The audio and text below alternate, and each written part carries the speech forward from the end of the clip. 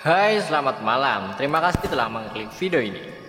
Mengabaikan larangan orang tua dan memilih untuk menikah dengan seseorang yang menganut ilmu hitam menjadikan teror bagi kehidupan sekitar dan kehidupan keluarganya sendiri. Pada video kali ini saya akan menceritakan ringkasan cerita dari film horor Indonesia yang berjudul The Real Parakang. Film ini dirilis pada tahun 2017 dengan disutradarai oleh Ibnu Agas dengan dibintangi antara lain oleh Helmalia Putri sebagai pemeran yang memainkan tokoh karakter Lena atau Elena. Seperti apa kisahnya dan gini ceritanya. Pada awal kisah dikisahkan ada seorang ibu tengah melahirkan di sebuah rumah sederhana. Rupanya kelahirannya itu sudah diincar oleh makhluk yang oleh masyarakat sekitar disebut dengan parakang. Hantu ini bukan mengincar bayi, melainkan mengincar siapapun orang yang sedang berada di sekitarnya. Warga yang merasa resah dengan keberadaan makhluk ini berhasil mengepung dan lantas kemudian membakarnya. Memang raga seseorang yang digunakan sebagai tempat tinggal makhluk ini terbakar, namun parakang tidak hilang begitu saja. Dalam sebuah ruang ICU terbaringlah seorang gadis kecil bernama Diva. Ia mengidap penyakit kanker otak. Dokter yang menanganinya sudah menyatakan bahwa Diva sudah meninggal. Hal ini lantas membuat keluarga Denis, kakak Diva, dan ibu Denis dirundung duka. Para pelayat yang datang ke rumah Denis sudah menunggu lama, namun jenazah Diva tidak kunjung datang. Akhirnya Denis ditemani Sandra memutuskan untuk pergi ke rumah sakit guna mempertanyakan serta menjemput jenazah Diva. Namun ketika ditanyakan, salah seorang yang menjadi staf penjaga lobi mengatakan bahwa pasien atas nama Diva tidaklah meninggal. Malah hasil akhir medis mengatakan bahwa kanker otak yang dideritanya sudah sembuh. Saya tidak bisa menyimpulkan apakah ini Diva atau hanya tubuh Diva yang sudah dinyatakan meninggal. Namun yang jelas sosok parakang telah masuk dan menguasai Diva. Bahkan ia membunuh dokter yang menanganinya di rumah sakit. Suatu teka-teki baru. Saat Denis hendak menjemput Diva, Denis memeluknya sebagai ungkapan bahagia. Sandra yang menyaksikan itu merasa ada yang aneh dengan Diva.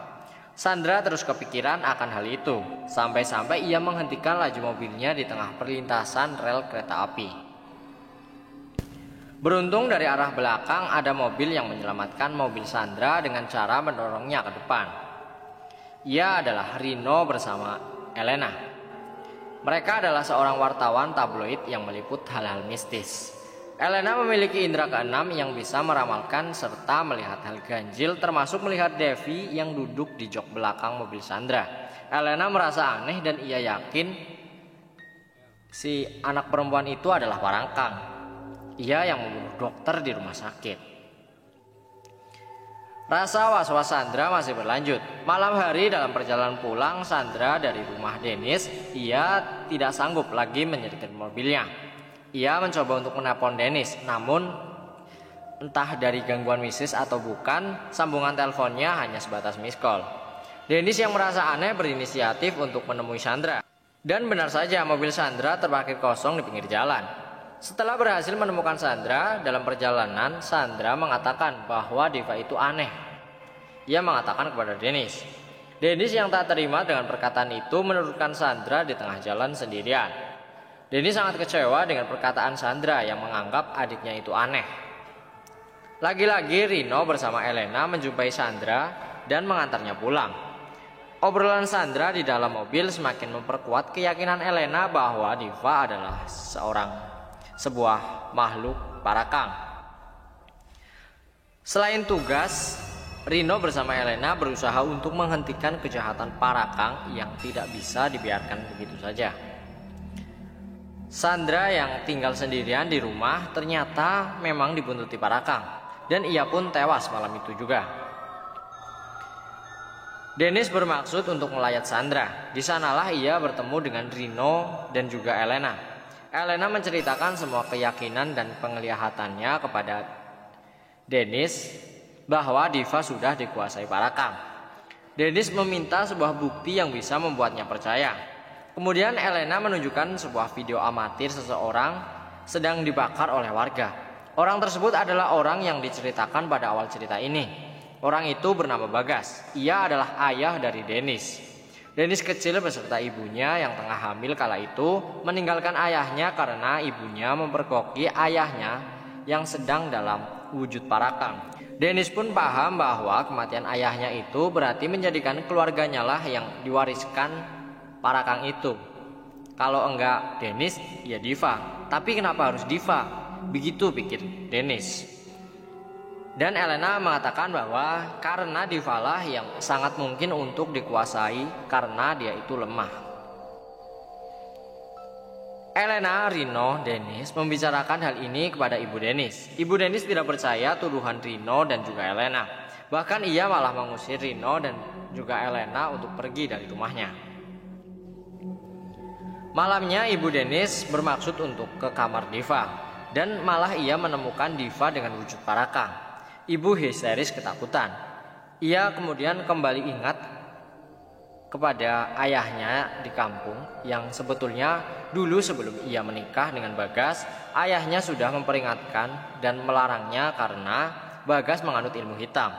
Tapi cinta buta membuat ibu Dennis tak peduli omongan ayahnya itu. Mereka pun akhirnya menikah. Mereka dikaruniai seorang anak yang bernama Dennis, si Dennis kecil. Dan ia juga tengah hamil, yakni hamil si Diva. Ibu Dennis memergoki Bagas dalam perwujudan parakang. Semua kekayaan yang dimilikinya ternyata adalah pesugihan parakang itu. Hal itu lantas membuat ibu Dennis memutuskan untuk pindah ke Jakarta dan meninggalkan ayahnya.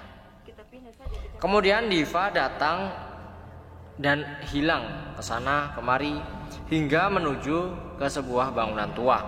Diva dalam wujud parakang mengobrak-abrik semua isi yang ada di sana, serta mengamuk semua orang, yakni Elena, Rino. Ketika sedang mencekik Rino, Dennis memukulnya dengan sebilah kayu hingga si Diva ini terpental dan berubah kembali menjadi wujud Diva. Walaupun bagaimana itu adalah adik Dennis, Dennis kemudian memeluk Diva.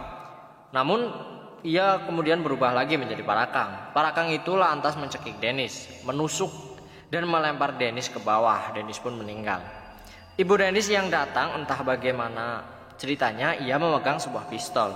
Ia lantas menembakkan pistolnya itu kepada Diva dan mengenai sebuah kepala, dan parakang itu akhirnya pergi.